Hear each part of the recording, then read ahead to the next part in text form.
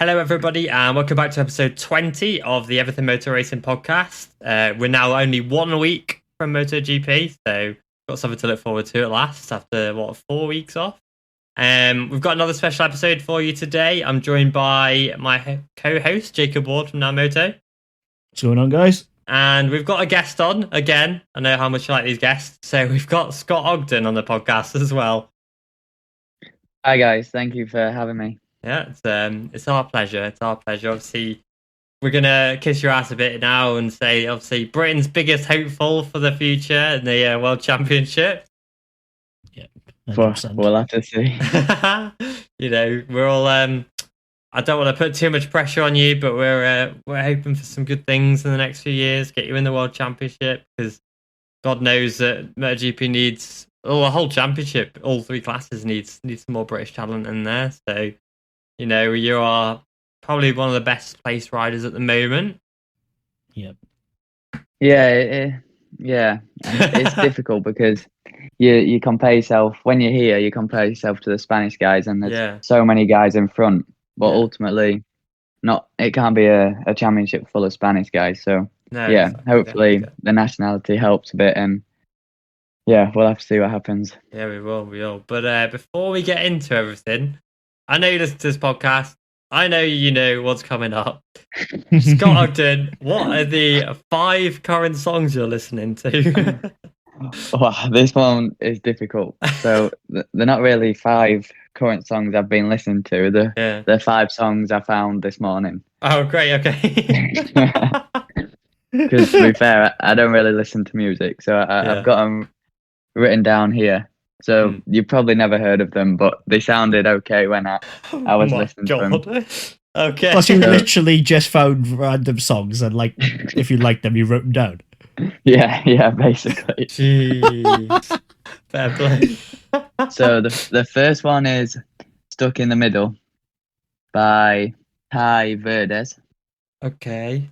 Ty Verdes is that? No idea. This is bad. Okay. The second one is "Be Around Me" by Will Joseph Cook. Okay, he's got your no, he hasn't got your surname. Sorry, I got you mixed up, Max Cook. Then I'm really sorry. Oh wow, that's insulting. This is going well, isn't it? Okay, it's okay. Jeez. Okay, next one. Then "Magic in the Hamptons." Oh, I don't know any of these by Social House. Hamptons. Okay, this is all to go on this bloody playlist. Playing Friction. Playing Friction. Okay. By Rome, and "City of Angels" by 24K Golden. Okay, cool. Right, yeah. So for anybody who doesn't know why the hell we've just asked that, basically we've got a Everything Motor Racing radio. Well, it's not released yet, but it'll probably be released soon. Probably do it now, to be fair. Yeah, that's 25 songs we've got songs, now. yeah. And basically every time we got a rider on, we asked them, what 5 songs are you listening to? So no, we had SDK on, who just banged a load of Eminem in there. Then we had, what's his name? Joel Kelso. This is going well. Oh, wow, Dad. This is going well. Oh, sorry, I'll forget your name soon. It's fine. And then who do I work for again? I don't know, mate. Don't know at this point. I'm a bit distracted, to be honest, because Sean Dillon Kelly's just won the Super what's it called? Motor America Super Sport race, if I can get my words out. So he's wheeling around everywhere. But then obviously we've got Scott on now, so we'll add his songs to the playlist and ours, and we can have this weird playlist. I still don't know if it's a good idea, but we'll see. Of course it's a good idea. I came up with it. Did you? Oh, that's probably why I'm doubting it then. But yeah. So obviously we're gonna go with the flow on this one a little bit. So we don't want to force in some of these boring questions, because a lot of these podcasts, I don't want to slate anybody, but they're all very similar to one another. So we want to spice it up a little bit and talk racing with you, because it's what you do. So, but of course, Scott, we've got to ask, how exactly is it that you actually got into racing originally? Well, for me, it was always part of my life from a very young age. My dad used to race a bit of club racing, but then he also went on to race at the Manx TT. Oh, right, okay. So he was a road racer, which is crazy. Not good. I'd never do it, but he always used to love bikes. So I started off on a motocross bike. I think, like most people, a PW50. Oh yeah, I same think on my bike I started on. Yeah, the typical starter bike, and yeah, I did motocross probably 7 years until I was 11, and then it wasn't bad, but I probably didn't have the right amount of commitment. It's one of those sports where if you're not willing to jump the jumps, even if you're fast in the corners, you're not going to get anywhere. So we went and watched a Fab Racing meeting, and it was at the time the Metakit 50s and 70s were very popular, and from then we were hooked, and we started the mini bike route on the Metakits, and we sort of fast tracked a bit. We did 1 year in Metakit 50s and 70s in the same year, and then half year in the Thundersport Super Teens and Bemsey, and then straight onto the Moto 3 in the standard class, and then from there just been on a Moto 3 ever since. Jesus. Do you not ever get bored of riding a Moto 3 bikes? Well, I've started riding a 600 and it is quite a nice change, but yeah, to be fair, the proper Moto 3s, they're good fun. There's a lot of power. So, well, not a lot of power, but they're fast, so it is good fun to ride them. Yeah, it is. It's on my bucket list. I won't lie, like, because they do look fun. You know, they're little tiny little things, and they look like mad nimble, and you know, because they're like what 70 or 80 kilograms, something like that. Yeah, around 80, 85, I think, more or less.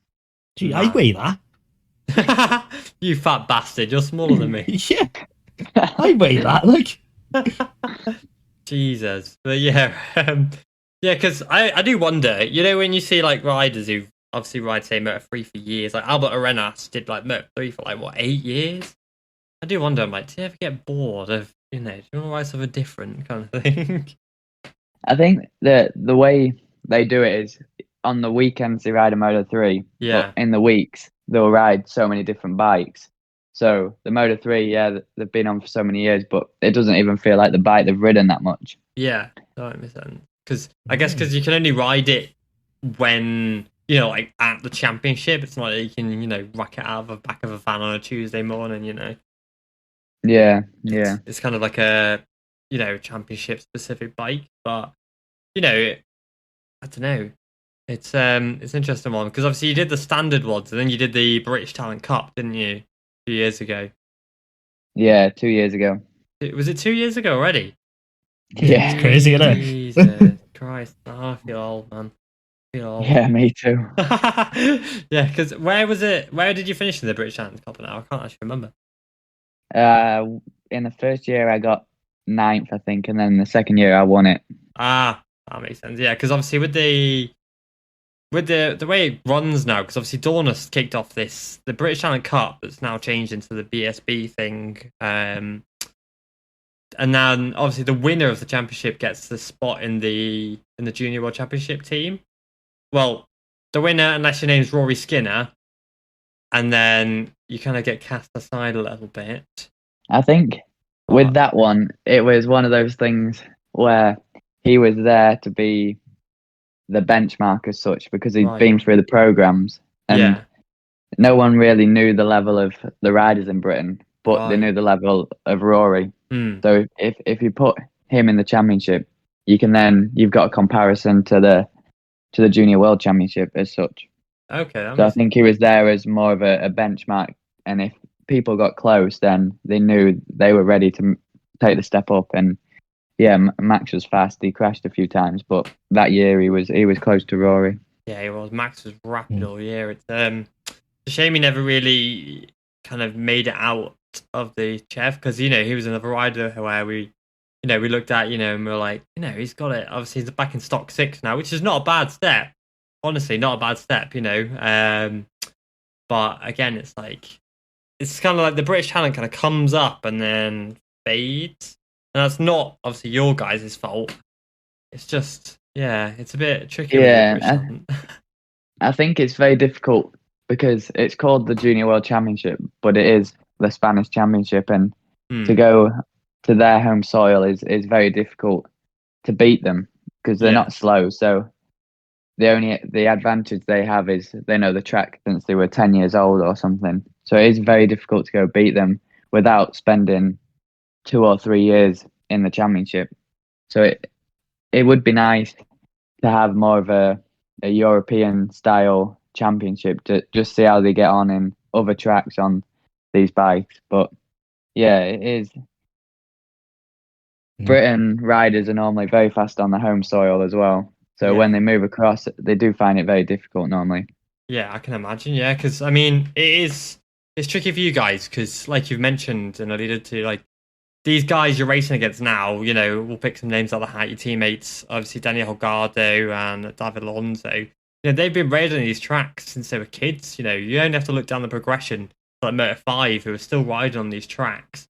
And if you don't come through that program, and you come in when you did at, say, I can't remember how old you were, but you're like 14, 15, you missed out on maybe 5 years experience riding on these tracks, and you suddenly have to meet the same level as them. And it's difficult, because like, say if you got Daniel Holgado and all that and put them on Cadwell Park, you'll probably wipe the floor with them. Like, don't get me wrong, Holgado's rapid, and he's not going to be last, but yeah. Yeah, I think they are very talented, but course, for the first year, if they rode in Britain, they probably wouldn't win. Like, yes, but eventually they will, but not straight away. And you see that with riders in the BSB Championship, like, for example, Xavi Foray. Oh, yeah. In 2 weekends ago in the Endurance Championship, he was probably the fastest guy there. He was incredible, faster than Gino Ria, who is also in the British Championship. But then he's come over, and the last 2 rounds, Gino's been a second or so faster than him, and it's like, why? And it's just because on the British tracks, you've got to be so confident, because if you crash, you're going into a barrier, and if you just don't have that, if you just don't have that confidence and you lose that little bit of edge, then you're going to be nowhere, because everyone in the BSB superbike class is fast. So it's just that last little bit. Yeah, exactly. You're right. Because look at Takumi Takahashi at the minute, and Ryo Mizuno. They both riders who've ridden Honda's MotoGP bikes. Yeah, well, they're obviously not slow. You probably, if they said to all the British guys, "Oh, come over to Suzuka," they'd probably wipe the floor with them. But yeah, you're right. It's a scary place. Yeah, it's like, I remember when obviously Scott Redding was leaving MotoGP. He's like, I won't go to the BSB because the track's dangerous, and they are, like, they're not horrific. Don't get me wrong, and they're still very good. But some of the runoffs are a bit sketchy, and we saw that, at was it Brands last weekend? Yeah, with Brad Jones, and obviously that was a massively isolated incident, and obviously there was other things going into it. But he came at that barrier very quick. Obviously it wasn't the cause of why he's in hospital, and we are still thinking of him. But there are these dangers. And then, when we spoke to Joel Kelso on the podcast a few weeks ago, he said he wouldn't be able to go anywhere near as fast on the same tracks he used to race on because of how close the barriers are, and they don't want to risk that. Yeah. And it's okay. It's a weird one, because it's like when you're riding the track, you don't see it as dangerous, but then you go away for a year onto tracks that are much more safe, and then you come back, and it does seem a bit scary. But I think if you spend 2 years on that track, then you'll get used to it again. It's not dangerous to the BSB riders, but to the riders that are riding in MotoGP, it's dangerous. Yeah, absolutely, because obviously they're used to like these Grand Prix spec championships, and obviously you will be now obviously have to spend in like 2 years with the championship in the chair. Obviously in the Rebel Rookies, and they're all FIM homologated championship tracks. These tracks are basically designed to kind of withstand a MotoGP bike crashing, and so then say, for example, these riders to go back into BSB, it's a massive jump back, if that makes sense. Yeah, and also with the BSB, it's that cold weather and just everything, because in Spain you can go out straight away on lap 1 and push lap record pace, but if you do that on BSB you probably crash or whatever. So it's just everything I don't see it as a step back, but stepping across to BSB it is a very difficult step. Yeah, I mean, obviously there's the British riders obviously who are coming up. I mean, what do you think, obviously, as somebody who has come into the the Junior World Championship from the British Championship, what do you think, could be done better to aid the British talent? Or is there, is this just how it will be? Or do you think there are steps that can be made to improve the transition?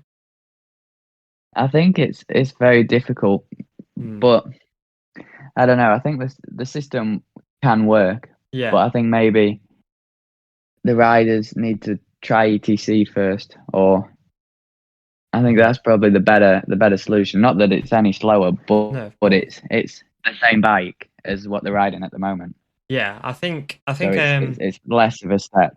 Yeah, like Emmanuel Brinton's pretty much got it nailed on. He went into the Spanish E-Superbike Championship riding the Moto 4 class, and then he's gone into the European Talent Cup for this year. He's kind of following the Spanish route, and so from a young age he's getting used to his tracks. And then obviously Corey Tinker's come in from the British Talent Cup, and he's riding the European Talent Cup for the Semicelli squad, and it's definitely the right way up, because jumping from, say, the British Talent Cup, which you and Max did, and obviously Eddie as well now, it's such a massive gap in terms of the tracks, the bikes and everything.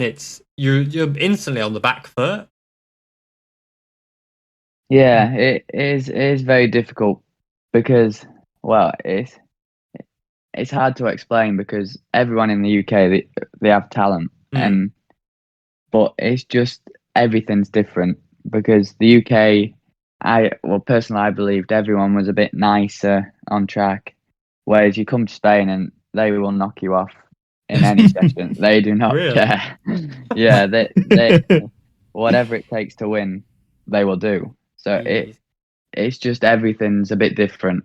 So it's very hard to adapt. But if you do it from a very young age and you learn these just little things are doing, then it's not so much a big jump. And I think for Corey and Emmanuel, the best way is to learn it in these classes where the bikes aren't as fast, and then when they get on the proper Moto 3, it'll be less of a jump. Yeah, because at the end of the day, like you said, these riders are brutal, and when you look at Daniel Munoz and he's got his elbows out and he's barging riders aside, and it's carnage, like absolute chaos, and it's a good stepping stone for the World Championship, because they're even more brutal in the World Championship. You only have to look at the likes of Jeremy Alcover and co, who John McPhee's getting very friendly acquainted to this year, to see that it's the level, and he won the European Talent Cup, not the Junior World Championship, because he's aggressive and it gets you to the front of the field. And that adaptation you can only learn through experience. And I do think, like obviously we've said, that I do think that puts British riders especially, on the back foot, because we're British, we're a bit courteous, we're a bit kind. Yeah, you can go through, Speak for yourself. I'm Welsh. Yeah, you're Welsh. You're scumbag, mate. I'm not English like you two. Yeah, dirty. Much Before better. we get done for being racist or whatever. Much better country voice. Deal with it. How is it? It's more beautiful, better people. Need I go on? Yes, please expand. I mean, if you come to Wales and look at the mountains, right, you'd never leave. It's beautiful. Yeah, but I've seen your face, mate. They're not beautiful over there. Yeah, but my face doesn't matter when you're looking at a mountain. I'll be behind you. It's fine. Okay, this sounds weird now, mate.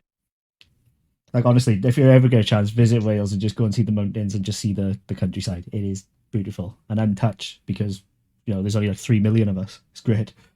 Yeah, I'd rather not, mate. I'd stay clear of Wales if I can. Yeah, just stay in Liverpool instead and have your car nicked. It's fine. Yeah, that's fine. I'm used to it now. I'm on my 12th car now this year. It's fine. all good. It's all good, mate. But obviously, back to Scott. Obviously, you're in the you're in the obviously the Junior World Championship this year. You're riding for the Aspar team. Obviously, you did the British talent team last year. Obviously, you helped by Dorna. And what was that like for you? Because I've heard from people that that's quite like it's like a factory level team. So how would say the the junior talent team last year? How does that compare to whatever you've raced before with the obviously everyone here in Britain? Well, it was incredible. The first time I walked into the box, because I did a wild card in 2019 when Yuki got injured. Oh yeah. It was insane. You'd walk in, there'd be, at the time, I think there was 5 2019 Hondas or 2018 Hondas, and you'd have a data guy, a crew chief, and a suspension guy. Panac. It was just incredible, and the amount of tires we used, like it was crazy. Were you paying for these tires and all that, or was it literally just supplied by Dorna? Or yeah, everything with the junior talent team was supplied. It was. I think what they've got going, and it hasn't quite shown with the British riders as of yet, because I don't think it's been long enough. But with the Asia riders, there's just as many Japanese as there is Spanish this year, which is quite incredible, really. And it has worked so far for the Japanese riders, and this year with Mario as well, he's going strong. So yeah, the Asian side has worked, and I think eventually the British side will work. It's just going to take, well, hopefully it won't take too long to see a British rider in Moto 3, but yeah, it's just about to see him in all the classes. Yeah, because it'll just take time. It's doing well, obviously you've gone through and you've left to ride for the Aspar team, who were obviously the champions last year. And we'll get onto that, but it's obviously, like you said, it's a good team, but it just takes time. But if you look through like the World Championship through the classes, there are so many riders who have come through that team. Keizo Toba, what's his name, Sasaki. They've all come from that junior talent setup, which is the same one obviously that you raced in and what Eddie O'Shea is riding in now. And it is genuinely a good team and a good setup that they've got with Dorna and pushing the riders through the classes. But yeah, I mean, is there anything, do you think, missing, or like what do you think that they need to get that extra like 5% to get you guys into the World Championship? Because like you said, as of yet, I mean, the team's only had 3 riders, with obviously Max Cook, who obviously left last year, and Eddie O'Shea. What do you think the team need to get these riders into the World Championship? I think it's very difficult to say, oh, they need this or they need that, because it is a very, very good team, and they're probably it is one of the best teams in the class. Along with the Aspar team, it is probably the best team in the class, and it's very difficult to say they need to do anything different, because ultimately, if they're providing the best kit, then it's just the riders that need to be better. Yeah. But I think it's because of, for the Asian riders, it's got the Asia talent. The Honda Team Asia in Moto 3. It's quite an easy, not easy, but they can move up to that team. They don't have to go and speak to other teams or anything. They just move up to that team. And now with all the teams in Moto 3 having junior teams, they've got fast riders that they know already, and they'll just move them up. Yeah, because like you said, they've got the Asia talent team in the Moto 2 and 3 classes, but there's nothing to say British riders in the Moto 3 World Championship. There's no natural progression. Whereas with the Asia talent team, you see the riders go up into that team. Ayagura went straight up into that team. I'm just trying to think now. Toba went up into that team. Hiroki Ono, I'm pretty sure, raced for that team as well.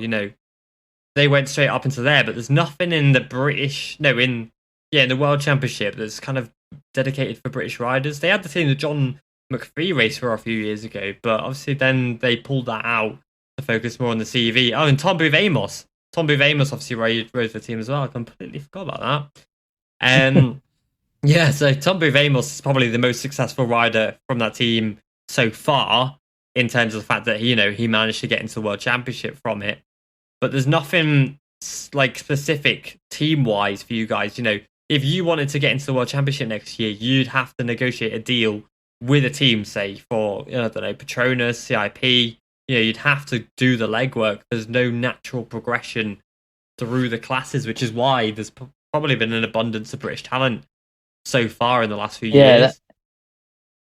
Yeah, with the Asian riders, if they do well, they move up because they don't have to negotiate or they don't have to bring the money to the team, because that's what that team is for, the progression from the junior talent team. But for the British riders, you're sort of a bit unknown. None of the teams know you in the World Championship, so they go for riders they know, and they know that they'll be fast in their team. So I think that's why they decided to move me to Aspar, try get my profile more out and into teams that have teams in the Moto 3 class. So then it's easy to move up because people know who you are a bit more. And yeah, I think that was their goal, to try get me more known by the main teams in the Moto 3 class. Yeah, I mean, it's genuinely, it's been a good idea, exactly. Because, they're in the Moto 3 champions of the Junior World Championships and the European Talent Cup champions of 2020. And they are a very solid squad. You can't really doubt the Aspar team. The amount of riders, names in the World Championship as you go through the 3 classes who've ridden for the Aspar team is mental, from Luca Marini to various other riders down the class, So it is a really good setup you're in. Obviously, Dorna have done a really good job of getting you in there. Yeah, the other thing as well is every team manager would probably deny it, but every team manager will look at Aspar and think, I would love to have some of those riders because Aspar has a track record. Yeah, it's a very good professional team, and also the way they work with the training camps, it's very good to bring riders on, and it's a good environment because this year you're racing on the flat track with their Moto 3 riders, also with Nico, who's an X125 world champion. So you're racing while you're training with the best riders in the world, or some of the best riders in the world. So that environment of racing against them brings you on a lot. Yeah, because you train with, was it Nico Terol, don't you, and all that kind of squad? Yeah. Well, last time we did flat track, it was Nico was the guy that was running it. He's the rider coach as such for the team. Yeah. Sergio Garcia and Guevara from the Moto 3 team. Oh, did you train with Guevara as well? Not normally, but he came to the first one of the year, and he came to this one. But because their schedule is so there's a lot of racers, it's very difficult for them to come down and ride with us. But normally it's the junior riders, and so me, David, Danny, Ortola, then Paul and Dodo are in the ETC class, and they're all very fast riders. So it does bring me on a lot, because even it's only dirt track, but it's still a skill that you can take to the Moto 3, and yeah, it's really good to ride with them all the time. Yeah, how competitive is it, the training camps? Because I assume you all want to beat each other even in training. Yeah, it gets pretty sketchy out there. I remember last training camp, I was riding better than I normally do, and I was battling with Sergio. Oh, really? And he was taking his arms off the handlebars and like pushing me. It was crazy. That's mental. But that's going to bring you on, though, isn't it? Yeah, but like we always do a race, and the slowest starts first and the fastest at the end. So it brings the race so close, and it makes it is crazy, but it is good fun. Yeah, it seems pretty good. Like, from like the stories you see on Instagram and stuff, you're looking through and you're like, that looks fun, and like some of the bikes you're riding, the little mini pit bikes around karting tracks and stuff. Yeah, it does look fun. And away from racing, the main thing is to try have fun on the bike. Otherwise, if you don't enjoy it, then the motivation goes. You don't want to train. So yeah, it is nice to do some. I'm not saying racing isn't fun, but just solely just no pressure and just have a laugh. Yeah, just riding bikes, like, because obviously you were chilling with like Billy Van Eerd and Harrison Ford, or obviously wasn't riding. Obviously the other day on the 600s, and it must be nice to just ride bikes for fun with like you said, like with no pressure at all, no pressure to perform, no pressure to sit down with your data gear and tell team manager why you're not performing and why this is going on and why whatever. There's no pressure to actually perform. You're basically just going out riding with your mates, isn't it? Yeah, it's what every lad wants to do. What you wanted to do as a kid, just ride with your mates, have fun, and especially on the 600, you can glide a bit. It wheelies out the corners, so it does put a smile on your face when you come into the box, which is always good. Yeah, I can imagine. Yeah. One question I did have, going back to those training camps, how is Nico Terol like in terms of a trainer? Oh, he is probably the best. Well, personally, I think he's probably the best in the championships. Him and also Danny Ribalta, but Nico he's good because he's not old as such, so he's still very very fast. So he's 32, isn't he? Yeah. So on the training camps, he's just as competitive as all the other riders, and he wants to beat you as much as we want to beat him. Yeah. So it's good because then he's fast enough to be able to give us tips and stuff like this. So yeah, he's a really, really good rider coach, and also at the circuit on the race weekend, he's always on the track. He's watching, taking videos, and without him there, it would be very difficult for all the riders. Yeah, he does seem. I can imagine, to be honest, because like you don't win a 125 championship by not being competitive. No, and also in the Moto 2 class, he was very strong, and he did a few good rides in the World Superbike class. Yeah, I mean, what is it like? Obviously riding for Aspar, because obviously you got that in the training side of things outside of the track, but with the Aspar team, they're a World Championship standard team. They're, like you said, like they're pretty much the best team on the grid. What separates them from, say, the other teams on the grid? For example, I crashed at Aragon on the Thursday and absolutely destroyed the bike. But by the next morning, it was a completely brand new bike with the same engine. And it felt like the bike, more or less like the bike I rode yesterday. We had to do a few tweaks, but just that, having all that support and them being able to turn out a bike that is completely different but is the same. Yeah, I can imagine. It was just incredible. Because it is like a factory kind of team as such, obviously. And they've got the ranks all the way down, like you're looking like 85cc classes all the way up to Moto 2 World Championship. And it's just like solid all the way down. I mean, like, how exactly did your deal with them actually come about? Did you just like turn up in an office one day and they're like, oh, by the way, you're running for this team next year? Or basically, yeah. I was at Valencia for the last round last year, and Anna, who is the what's the word, like the manager of all these talent programs, she rang me up and she told me the news, and it was incredible. Really, it was sad to leave the junior talent team because by the end of the year you know them so well and you don't want to leave them. But yeah, it was incredible news, and I can't thank her enough because, well, without her, I wouldn't be where I am today. Yeah, I mean, like it's like a factory squad, and like obviously you changed from the KTM the Honda over to the KTM. Was that like a big change for you, or was it just kind of was it difficult, or did you find it better or easier? It's sometimes it's difficult and sometimes it's easy. So I go to, at the first test at Cartagena, I found it quite easy to adapt. I felt really good on the KTM. But then we went to Valencia and I struggled, and also Aragon I struggled. I think just some places the style is so different to the Honda.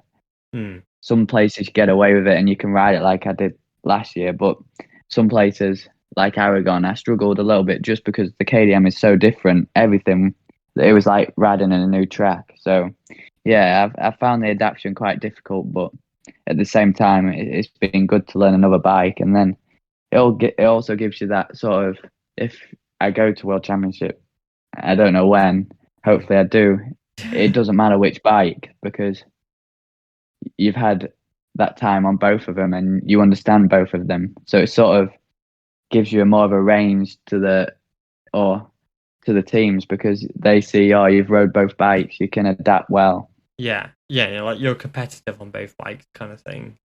Yeah, obviously we've touched on it previously. Well, I've touched on it previously with you, but do you want to explain the main differences in how you ride the KTM to the Honda?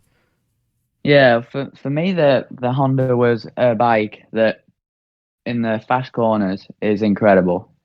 It's so much easier to carry corner speed. So you couldn't brake so hard, but you could carry a lot more speed. Whereas the KDM, it's all about the braking, and this is why Danny is so good on the KDM because he's probably the best at braking in the world.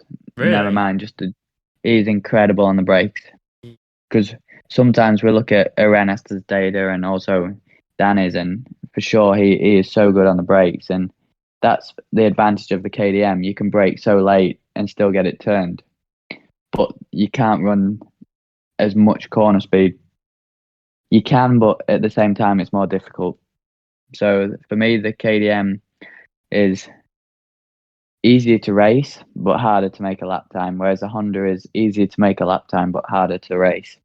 Right, it's just about basically like finding that balance between the between riding it hard and finding a lap time without crashing.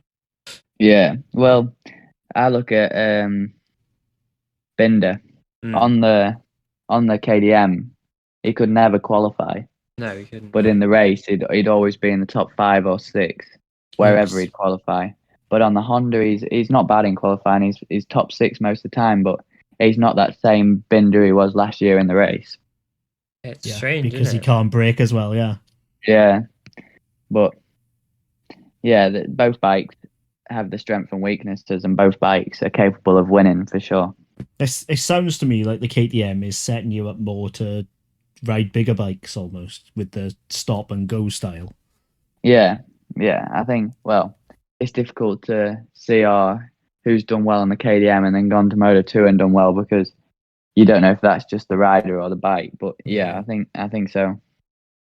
Yeah, I mean, obviously, because you're doing the Rebel Rookies as well as the European Junior World Championship. I mean, how do the bikes compare to one another, and how do you adapt from one bike to the other? Because I know they're different.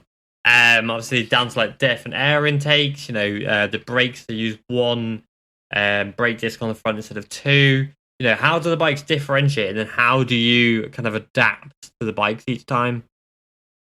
For me, I struggle a little bit with the Rookies Cup just because I don't know. I feel there's nowhere near as much power as the KDM in the Moto3 Junior World Championship. So when you sat on the bikes feel the same, more or less.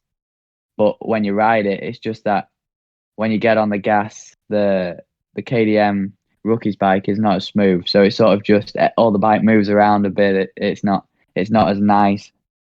But also when you change gear, it doesn't change as nice. Just it's probably similar. It's just everything's not as new, which is sounds about right because I think it's 2013 maybe. Yeah, it's old, isn't it? It's an old bike. Yeah, and obviously with a single disc brake, you can't really use the main advantage.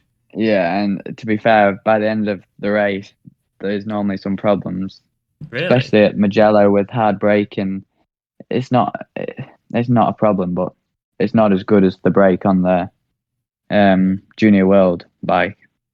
Yeah, like obviously you can't dissipate the heat of 2 discs, so you'd expect a little bit of brake fade. It's a strange championship, the Rebel Rookies, I won't lie. Like, don't get me wrong, it's a bloody fantastic championship, and we've had so many amazing riders go through the class. When you look at your Fabio Di Antonio, your Joan Mir, Jorge Martin, the list can go on and on. But it does seem like a strange rider because some riders just perform so, bang mid-table, for example, and then you put them in the Junior World Championship and they fly. You're talking Eisen Guevara, for example. I was just about to say, yeah, Guevara. His best example. Obviously, he only did one. Well, I was going to say he only did 1 year in the rookies. He only did 1 year in the Junior World Championship and won the title. And like Holgado, he's good, but he's better in the Junior World Championship. And Munoz, again, is better in the rookies, actually, I guess. But, he's now got the win in the Junior World Championship. But there are riders who do much better in the Junior World Championship than in the rookies. And it is, I don't know, it's a strange championship because of that. It's hard to see why. Yeah, it's, I think it's a case. Oh, go on, Scott. I think because with the Rookies Cup, it's like, it's sort of down to you and your helper. You have to make sure your feedback is so good that you get the bike you want to get. Whereas in the Junior World Championship, you've got a crew chief working solely for you, no one else. Okay. So they sort of understand, you need the bike a little bit more like this. Whereas in Rookies Cup, it's all down to you and how you feed back to the suspension guy. So it's very difficult. If you don't get your bike set up right in the Rookies Cup, it is very difficult because every rider is fast. So if you've got a better setup than another rider, you're going to be faster than them. Whereas in Junior World Championship, the guys already know the bike that more or less you need because they've been in the championship so long. So the setup's already there. That makes sense. Yeah. I mean, with the because I was going to say, I think with the rookies, as SDK said, they deliberately make the bikes poor almost, at least in the selection event, to see if you can ride around the problems. And then it's easy to say, you just update the Rookies Cup bike, but then that defeats the object of the rookies almost, in that you got to learn how to ride around problems and stuff. Yeah, definitely. Yeah, because I mean, with the rookies, obviously, you say you only get one helper. Is the helper like your dad, and then would your dad say be the obviously I don't know if it is your dad or not, but like say if it was, would he be your only mechanic? So if the bike was totaled, would he repair it? Would he adjust all the settings for you, or do you have some engineers as well from KTM who would kind of rebuild bikes and things like that? So the way it's set up is, my dad is my personal helper, and then you're in. Well, the section I'm in is 5 riders, so it's either 4 or 5 riders, and there's one Dorna mechanic that is the main mechanic for those 5 riders. Right. So, and then you have the suspension guy as well. So my dad will change wheels. He will clean by more or less the not easy stuff, but the simple stuff. Whereas the main mechanic will do the clutches on each 5 bikes. He will do the brakes on each 5 bikes. He will do the main stuff to make sure everything is the same. Okay, that makes sense. That's fair. Yeah, because you don't want riders getting an advantage over the other rider just because the flat or whatever. So, am I right in saying that basically the rookies is free to participate in? You get all your gear, your kit free, but you have to get yourself to each round. Is that right?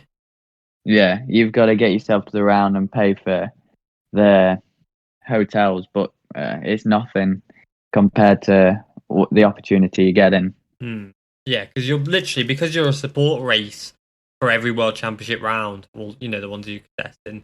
You're basically being watched by, say, Valentino Rossi every time you ride. Yeah, it's crazy. It's scary. I mean, because the level of talent in there is massive, and you're riding against riders you wouldn't normally ride against. If you look at, say, Matteo Battei, who doesn't race in the CEV, instead he races in the Italian CIV, and so do you kind of have to...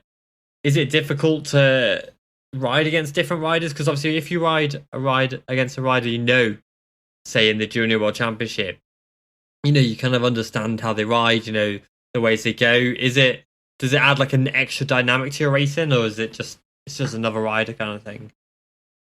For me, it's just another rider because they're all fast and at the level they're all at, they more or less brake and get on the throttle in the same place. So they don't really do anything different. And especially with Batelli, he's a clean rider. So he's not one of those ones you got to watch out for. If you pull next to him, he's going to knock you off. Yeah. So, Looking at you, Munoz. To be fair, the two Munozes off the track are probably two of the nicest kids.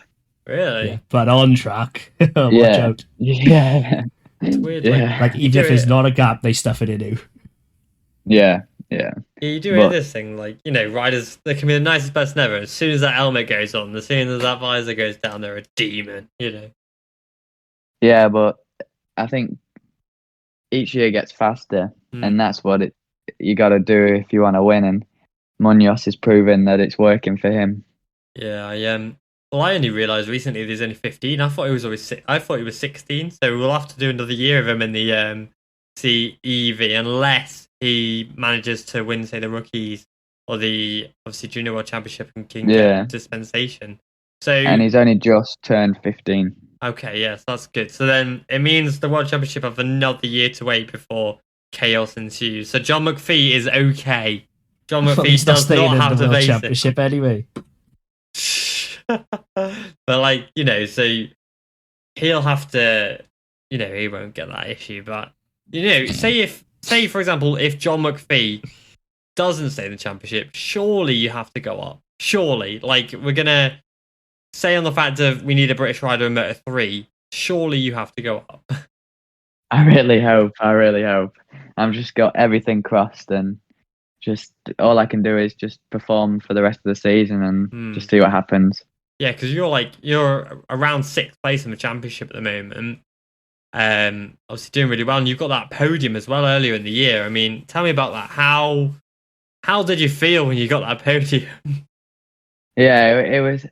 It's a weird feeling. It was sort of like just everything. It wasn't. I was happy, of course, but it was just like I've done it, and it was just all that pressure, sort of, because everyone wants to get that result.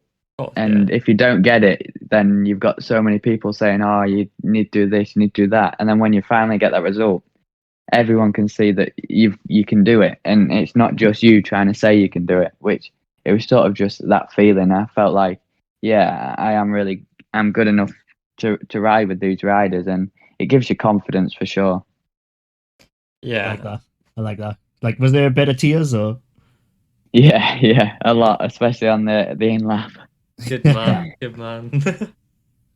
Yeah, because obviously, because you've had to sacrifice a lot. You're in your teens. You're meant to be messing about with your mates and stuff, and obviously you've basically sacrificed all that to go and live in Spain and chase your dream as being a world championship rider. And so obviously you can understand the emotions that come out and all that. And surely this podium, for example, I think you're the first British rider to get a podium in that class since John McPhee, which is mental. That was like 2015 or something. The years he did it, it was like he came back to test a bike. Yeah, it was a wild card. Yeah. Mad. So, it was cool, but ultimately, once you've got it, you want to keep doing it. It's sort of not enough.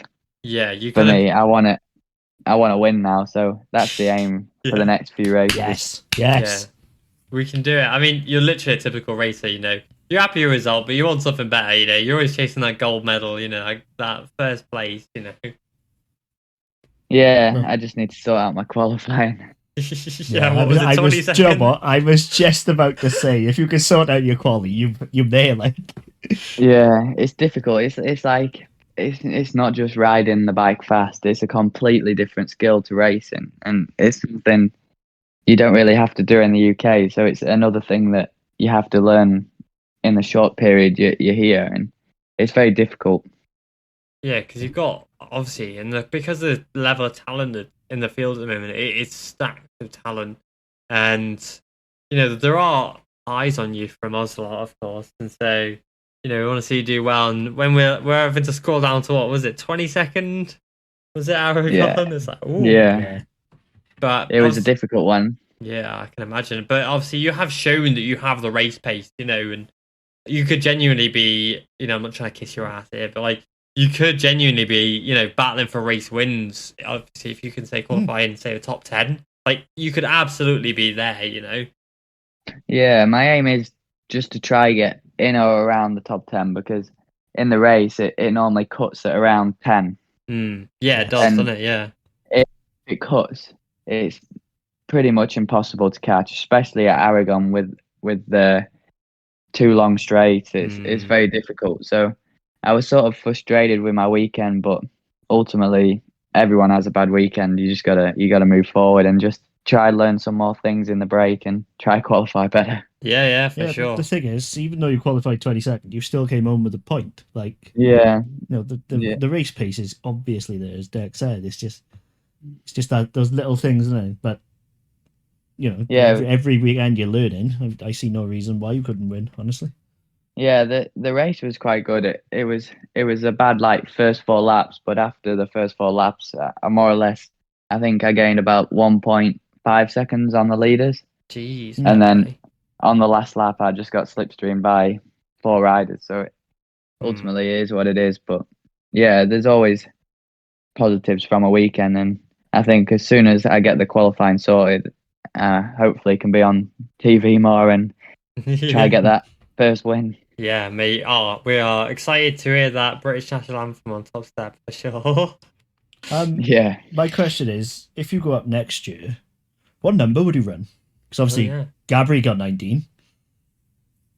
Oh, I don't know. No, he doesn't. He uses number 2. Gabri uses 2. Oh, yes, you're right. Never mind. Yeah, but Angie's going up in it. Izdaha has 19. Yeah, he does, doesn't he? Yeah. That's it. I knew it was a red bike. To be honest, I don't really mind so much. I like number 26 because I'll watch. Well, the reason I have number 26 is because my favourite AMA motocrosser, or one of my favourite, is number 26, Alex Martin. I like that. Okay. And then the reason I had number 19 was because his brother, Jeremy Martin, won his first title with that number. So they were the reason I had those 2 numbers. So to be fair, if I could get one of them, it would be good. But ultimately, the numbers, they don't mean so much to me. The only number I really want to run is the number 1 one day. That's the only one that means something. I like it. I rate it. Because you don't see the number 1 that often anymore. No. So yeah. I hate that. I don't understand. If you win the championship, surely you want to show off that you're the best. Yeah, but it's cursed though, isn't it? I mean, unless your name's Jonathan Raya, it's pretty cursed. I mean, you only have to look at Joshua Brooks's performances this year to see. Yeah, like he is. Yeah, he's struggling to get points at the moment. He won the championship last year. He can't even get points. Yeah, he's had a tough year. Shocking year. He had a nice rant to the cameras today. Did he? I didn't hear that. And apparently it did not go down well. Ooh, well, what did he say? I have no idea. All I know is he had a rant. Oh, I was hoping for some tea on the podcast. Yeah, I tried to find out, but I couldn't find it. I'll rewind the Eurosport later on and have a look. But so the number 1 is run it. A nice big gold number 1. Yeah, it looks cool. It's the best number, and I loved. My favorite number 1 ever was Jorge Lorenzo's JL1. I thought that looked that was so sick when you run that. But yeah, Johan Mir, I'm really surprised he didn't use it. I'm so surprised he used the 36. And he was like, "Oh, when I win my next title, I'll use it." And it's like, bro, you've got the chance to use it now. Why wait for your next one? Yeah, and he's got the number 1 on the back of his leathers as well. So he may as well have just ran it. Perfectly set up for M1R on the front of his bike, but no, he kept the 36. You have to ruin it, Johan Mir. Screw you. Yeah. No need for it. If you're listening, which you ain't, grow up. Grow up. What the hell? But yeah, the number 1's the best number. And I mean, Marquez and Rossi, and even people before that, they've turned it into a thing where you're like your merchandising is all tied to this number, and obviously Rossi ran the number 1 on his shoulder, Marquez ran it on his boots. I think on the, on like the top of the back patch thing, he ran a 1 there as well. But put it on the front of your bike, man. Yeah, well, back in the day, they just had whatever number they finished in the championship. Yeah, that's right. Yeah, I mean, still now, say if a rider finishes, say, 4th in the championship and we've still got Dovi riding, that rider who finished 4th would automatically be entitled to 4 over Dovizioso. They should bring that rule back. Yeah, if you did that, like your biggest rival was that number, and you finished that place in the championship, you got to take it just to psych them out. Mate, that is like a power move and a half. Yeah. Like, because like say Zarco, he uses number 5. What if a rider wants to use number 5? Like Zarco would have to chain. To say, imagine a KTM rider beat him and got the number 5. Oliveira finishes 5th in the championship. Yeah, I'll take that. Thanks, kid. Thank you. But yeah, so it's I would like to see the number 1 used more because it's a cool number. You've earned it, like Well, Scott, no pressure, but yeah. I want to see that number plate that one plate on your bike one day. Yeah, well, gotta do it first. Yeah. Well, I mean, so have you got any ideas or plans or news for 2022, or is it all like very secret? Or to be fair, nothing. I haven't heard anything at the moment. Really? It's not so much because I'm a donor rider. They look after what I do, so it's not like me and my dad we have a personal manager that is going out and asking teams. It's just waiting to see what they say and whatever they have to offer, and hopefully it's something good. Yeah, fingers crossed. Because I mean, at the end of the day, you're 6th. I think you're 6th in the championship still. 7th. Is it 7th now? Yeah, but I think I can still get 5th. Yeah. 4 points behind Salvador. So that's all right. That's all right. He's on the thing TM is, like, anyway, you could anyone in the top 10 really, all are worth a shot of moving up. Like, yeah, well, I was looking at past years, and you see some of the guys that move up, they're not even in the top 20. Well, Lorenzo Fallon went up after in P12, 10, didn't he? P11. Yeah. Also, a surprising one. Dennis went up, never having a podium in 14. Yeah. He was fast, don't get me wrong, but yeah, that was surprising. Like the crash, didn't he? Yeah, but also Tom and Riccardo Rossi, Koffler, and Patrick Pullican. Yeah, that was the weirdest one. Yeah. I think he moved up too early because, well, I don't even know what he's doing now. No, he had talent. He did, yeah. He was quick. But that bike move as well. Yeah, the bike wasn't a good bike. No, he was on the bloody Peugeot, wasn't he? Like, but he's now like I don't know. I think I unfollowed him on Instagram because he just pictures of his abs every day, and I was like, I can't bother this, bro. Like, but he doesn't race anymore. I know that for a fact. But but yeah, like it is strange because some riders go up, and they've never done kind of too much in the Junior World Championship. Then you put them in Worlds, and suddenly they're there. I mean, like Jason DePasquier, for example, as Jason said, obviously, rest in peace, Jason. He didn't set the world alight in the Junior World Championship. He didn't set the world alight last year, but suddenly this year, he was up there and he was consistently up there. Yeah, I think it's just with the World Championship, every bike is the same. Everyone's on good machinery. And it's also that thing where there is new tracks where guys haven't ridden the whole life. So it's another element. And some guys learn tracks better than the others. And yeah, it's just, I think some people take to it better than others. Absolutely. I think the other thing as well is obviously being surrounded by the top riders in the world every week, well, every race week, it's bound to bring you on. Yeah, for sure. I mean, you don't have to look at Joel Kelso, sorry. Yeah. I was about to say the same. Oh. Yeah, two rounds and straight away. Yeah. It comes back and wins. Well, like, he came back, won, and then obviously you started in like 15th at Aragon, had a ride-through penalty, and still made it way back and led the race at one point. And like, obviously he finished in like 6th, but... Yeah, he's 1 point behind me at the moment, so Is I he? gotta up my game to beat him. Yeah, like Who's going to finish the highest of the three guests we've had so far? Yeah, non-Spanish. The highest Yeah. non-Spanish. That's the battle at the moment. Yeah, I can imagine. Yeah, because it is obviously so highly Spanish dominated because it is the European Championship that is mainly Spanish because it's all run by Spanish organizations. But it's European because you race in Italy, you used to race in Le Mans. I don't know if you do anymore. I don't think you do. No, Italy replaced it. Okay. Yeah, so you race in 3 different countries, so they can kind of technically say it's a European Championship, but because of the Spanish abundance of the Spanish talent in there, there's so many of them. It is, it's a rarity to have riders who aren't Spanish, but I genuinely think with your passport that will help you out. But not only that, because not only rely on your passport, your results have been solid this year, and I do think you deserve a shot, genuinely. Yeah, thank you. I'm not just saying it just because you're British. Yeah. I've been pretty vocal about the fact that I'll support someone because I like them, not because they're British. And I do genuinely think you've shown enough. Thank you. We'll just have to see what happens. Just gotta focus, try and improve in the last few rounds, and I think we've got a big block of races.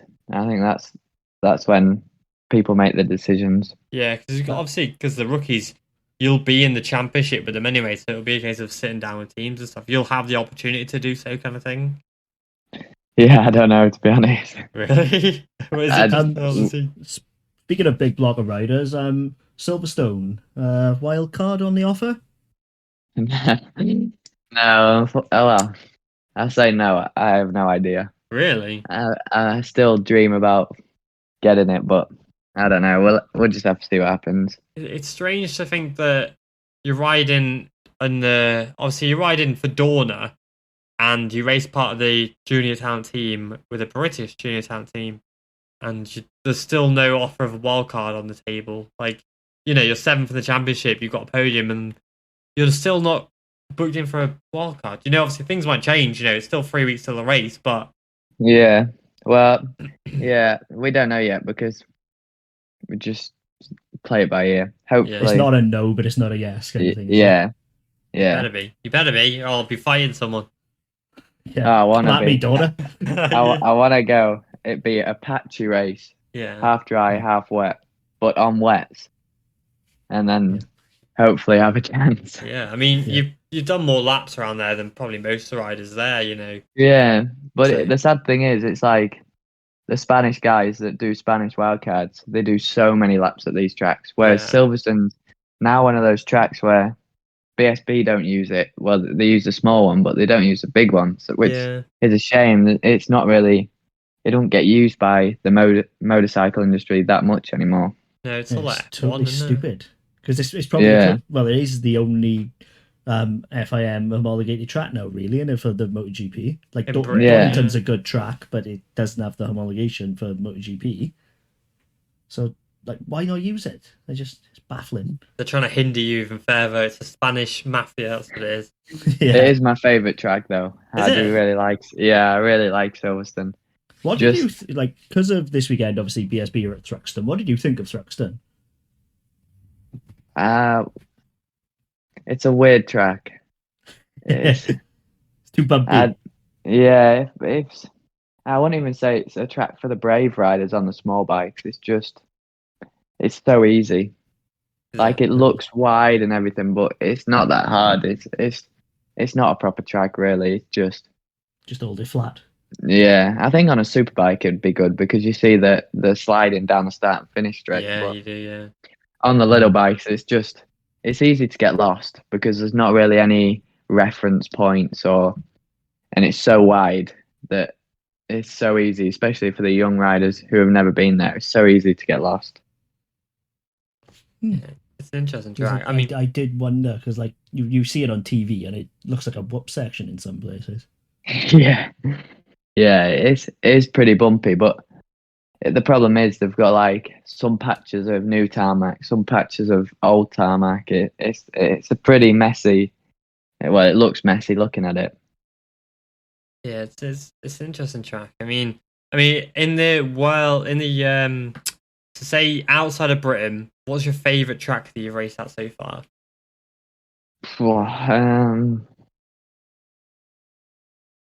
Probably Barcelona. Really? Good choice. Good choice. I like every track. I don't dislike tracks so much. Yeah. So tracks that are my favourite are the ones I do well at, because I don't know. It's just how it is. Yeah, the thing is, you're not on a poor track anymore, here. That's the thing. Yeah, they're all good tracks, apart from maybe Valencia is pretty boring because you do so many laps in a weekend. Yeah, it's a go-kart track, isn't it? It's quite a short lap, isn't it? And then you do it twice as well. It's twice on the Yeah, and how it falls is the Moto3 class has 2 races at each one. Yeah. So we've got 4 races there. Joe, I've always thought Valencia, though, like in terms of it seems like it's a technical track. You know, it's fiddly. Yeah, it's a weird one. It's one of those ones where I think it's difficult, but once you've got the hang of it, it's then even more difficult to make any big gains on anyone because you can only go so fast around it. So everyone is so close, and yeah, it's a weird one. It's difficult to overtake as well. Yeah, because every Valencia corner seems to like hate you almost. Yeah, and each one sort of leads into the next one, so it's like very flowing. So if you try and make an overtake, you then mess up the next one and you get overtaken back. It's very difficult to make an overtake without messing up. Yeah, because you hear a lot of riders complain about it. I think the best place to overtake is, I don't know which corner it is, but it's Final when you that one, but it's the one where obviously you got the final corner, but before that, it's where, if the best reference would be where Rins let Mir past last year, you know, so that Mir could win his first race. It was where that corner's a decent one, but that's probably the only place I can think of, really, and obviously the last corner. Well, turn 4 as well, the cambered right. Yeah. That's probably your best shot. Yeah, it's good, but risky. Yeah, I can imagine. If you can nail it, you escape well. Yeah, but in October, or we're there in November, it's risky. Can imagine, it's not too bad in the summer. That last corner, though, is, like, for overtaking, it looks sketchy. I mean, I remember when we saw like Lorenzo Della Porta basically take everybody out in both races. that got the leg of a title that year, but what a coincidence, huh? Yeah, it's funny that. Also, Danny let the brakes off on Takuma in the last turn at the start of the year. Did he? Yeah, I can't remember that. He got a penalty for it in the end, but That's the hell. Yeah, because I mean, you've got to do it. That's the thing. Like, you have to do it because the margins are so small. You have to take those risks, and that's one of the biggest things I think for, say, British riders who are coming into that championship. As we've said previously, like, you have to learn where the risks are and what you can do, because I can guarantee you there's probably, because these riders are so used to racing against each other at that kind of level, it's probably like 20% more things you can do that you couldn't do in Britain. That just means that you basically can race a lot harder, and it's things like that kind of stick out. Yeah, definitely. Yeah. One thing I did want to ask as well, obviously outside of racing, I know you're a tennis fan. What did you make of Wimbledon this year? I really liked it. Yeah, especially the women's tennis. Oh, I. Yeah. I don't think I've ever watched a tennis game in my life, to be honest. Like, I haven't, but then I saw a clip yesterday. I think it was like Serena Williams or somebody, and yeah, she's a rocket. Like, not like that, but like she fires rockets over the. Yeah, the power. I wouldn't want to take a shot of her. Yeah, she's no, but it's a good sport, tennis, because it's very mental. So it's good to watch how they control their frustration and stuff. Because for Barcelona, we had a mental coach come and help us out, and he would always on an evening show us, normally Nadal's interviews, and to show how he thinks and how he looks at the next game, and not that he never puts pressure on himself. good attitude to have, that. Because I saw Djokovic's tantrum. Yeah, in the bronze medal match. Yeah. So they don't always control it, but no, he's not the best, to be fair. I think that's he why went people for like a few him. rackets. Yeah. Because he wears his heart in his sleeve, kind of thing. Like people Yeah. like that, don't they? Yeah, definitely. Perfect. Well, I think that's all we've got time for today. But it's been a massive pleasure having you on the podcast, Scott. Obviously, we wish you all the best for the rest of the season. Hopefully, we'll see that you're on top step later this year, and then obviously you in the World Championship next year. I'm sure we'll keep our listeners updated with that, and everybody who does follow our socials as well. We'll be backing you up all season as always. But Thank you. Really appreciate having you on the podcast today. Thank you for having me. Yeah, appreciate Have it. to come back soon.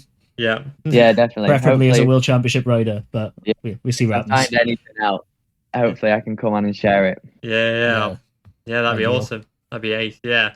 Well, thank you for your time today, and we'll be back next weekend after the Aston MotoGP race with all our talks, rumours. Maybe we'll have some contracts signed this week. Hello. Austria, not Aston. Is it? Did I say Aston? Yeah. Oh my god, I'm an idiot. It is a late night. It's quite late at night. We'll let you off. Yeah, thanks for that. Yeah. I appreciate it. Austria doubleheader. God almighty. Yeah, so we're back for Austria. Oh yeah, Cal Crutchlow and Danny Pedrosa are racing this week. Yeah, I'm calling it. Danny is going to get top 5. Really? See, thank you very much. I don't think they'd have put him in a wild card if he wasn't going to do well. I don't think they'd do it. Yeah, I don't think it's a development race, is it? It's a case of go out there, win for KTM on KTM's home track. Yeah, get a few more fans in, because I think it's full capacity. Yeah, that's right. And like I said before, I don't think a top 3 of all KTMs is out of the realms of possibility, honestly. No, I think it's possible. They do so many laps there. I'm saying points. I'm glad you agree. Yeah. God. Well, it'd be nice to see, I'll tell you that for sure. Danny Pedrosa top 5, flipping. But while we're on it, before we go, then what do you think Crutchlow's going to do at Silverstone? I don't know, because I don't think he rides as much as Danny's been riding. I don't think he's ridden since Sepang. Yeah. I don't probably. think he's been riding. So I'd like to say he's going to do well, but hopefully he can beat Rossi maybe. Yeah, he doesn't really like Silverstone that much. He's never really had too much success, He's missed some for injuries and things like that. And and I remember him getting taken out by Jack. Yeah. Oh my god. I was on that corner on that day, actually. Oh yeah. I was literally I was on the chicane. We just arrived there, and literally I stood, looked up to see Chuck Miller just bang straight off and straight through Crutchlow. I was like, maybe we should move. Yeah, Jesus. Yeah, because I think he'll do all right. He'll it's not going to be too hard for him to beat Valentino Rossi, so that's a positive for Cal, I guess. Yeah. Prepare yourself for Rossi hate. Here we go. Yeah. But you get loads of messages about that now. Yeah, that's going to be fun. I'll stiff through those. But I hope you've enjoyed listening to this podcast, and we're back next weekend, as always, after Austria, with all your talks and stuff. Hopefully with Gary Lee back on the podcast next week. But yeah, thank you for your time, and thank you Scott Ogden again for coming on, and we'll hopefully have you on again soon with some good news and good information.